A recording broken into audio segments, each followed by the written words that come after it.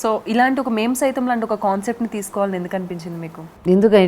అది ఎవరి దగ్గరికి వచ్చినా చేయాలనిపిస్తుంది కదా. Yes, true. నాకు ఇంకా స్ట్రాంగ్గా ఎందుకు అనిపించింది అంటే నేను తప్ప ఈ షో ఇంత బాగా ఎవరు చేయలేరు అనిపించింది. Only because it takes a lot of time, effort. ఊరికే వెళ్ళి ఒక షో చేసి వచ్చేయడం కాదు. ఒక సెలబ్రిటీని 2 సార్లు పిలిపించారు, ఒకసారి అవుట్డోర్ ఒకసారి ఇండోర్. అండ్ వాళ్ళు అవుట్డోర్ చేసినప్పుడు క్యారవాన్స్ ఉండవు, వ్యానిటీ వ్యాన్స్ ఉండవు. ఇది నేనే బాబా ఉండదురా నీకు ఆ కాలేజ్లో ఏదో బాత్రూమ్ క్లీన్ చేయించి పెడతాను, ఇది చేయించి పెడతాను. బికాజ్ సినిమా బడ్జెట్స్ లేవు. అండ్ టీవీ షో బడ్జెట్ కంటే డబుల్ 2 షోలు చేసినట్టు ఒక షో బడ్జెట్.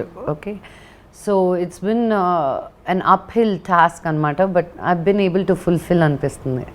లేదు, యాక్చువల్లీ అంటే ఇంత కష్టపడుతున్నారు కాబట్టి ఆ షో అవుట్పుట్ అంత బాగుంది అనిపిస్తుంది.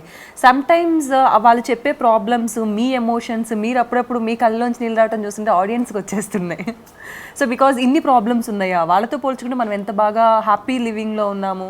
అదొకటి పెద్దది జనాలకి బాగా తెలిసింది. బికాజ్ మన కష్టాలు మనకి కష్టాలు ఉన్నప్పుడు మన కష్టమే పెద్దది అనిపిస్తుంది అనమాట. అండ్ మన చుట్టూతో ఉండే వాళ్ళ గురించి మనకంటే ఎక్కువ కష్టపడే వాళ్ళతో కంపేర్ చేయం కదా, మనకంటే బాగుండే వాళ్ళతోటే కదా కంపేర్ చేసుకుంటాం. బట్ మరీ ఇప్పుడు మేము సైతం చూసినప్పుడు the problems are so real. వాళ్ళ తప్పు ఎరగని ప్రాబ్లమ్స్ అవి, వాళ్ళు కొని తెచ్చుకున్నట్టు కాదు ఇవి. సో హెల్ప్లెస్ సిచ్యువేషన్లో ఉన్నప్పుడు మన ప్రాబ్లమ్స్ చాలా చిన్నవి అనిపిస్తాయి. అది కనెక్ట్ అవుతున్నారు చాలామంది. That is really really happy. వాళ్ళతో కంపేర్ చేసుకుని మనం చాలా హ్యాపీగా ఉన్నాం, ఎందుకు మన లైఫ్ని ఇలా చేసుకుంటాం. ఎగ్జాక్ట్లీ. సో చాలా మంది చక్కగా హెల్ప్ చేస్తున్నారు. అండ్ స్పెషల్లీ ఒక డైలాగ్ ఉంటుంది కదా, మీ కష్టం మా కష్టం, మీకు సహాయం చేయడం మాకు ఇష్టం అని. ఆ డైలాగ్కే ఇంకా అందరికీ అయిపోతుంది. బికాజ్ అంటే ఎవరికో తెలియని ఒక ఇన్స్పైరింగ్ థింగ్, మనం కూడా హెల్ప్ చేయాలి 10 మందికి. సో సెలబ్రిటీస్ అంత టైం వెచ్చించి ఇంత మంచిగా వాళ్ళంత బిజీ ఉన్నప్పటికీ చేస్తున్నారు, మనం ఎందుకు ఒకరికి హెల్ప్ చేయకూడదు అన్న ఒక థింగ్ని కూడా మీరు తీసుకొచ్చారు. అండ్ సూపర్, మేము కూడా వీలైనంత వరకు హెల్ప్ చేయాలని మనస్ఫూర్తిగా కోరుకుంటున్నాం. That's all I want. At least ఆ సీడ్ పడిందంటే అది మెల్లిగా పెరిగి విత్తనం మొలక చెట్టు అవ్వడానికి టైం ఉంది.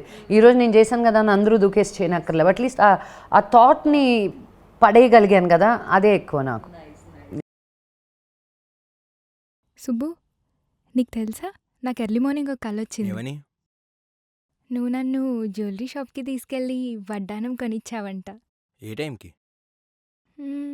గుర్తులేదు సుబ్బు, 5కి అనుకుంటా. అదే మరి 5కి మీ బాబు వచ్చి బిల్లు కట్టినట్టు నాకు కాల్ వచ్చింది.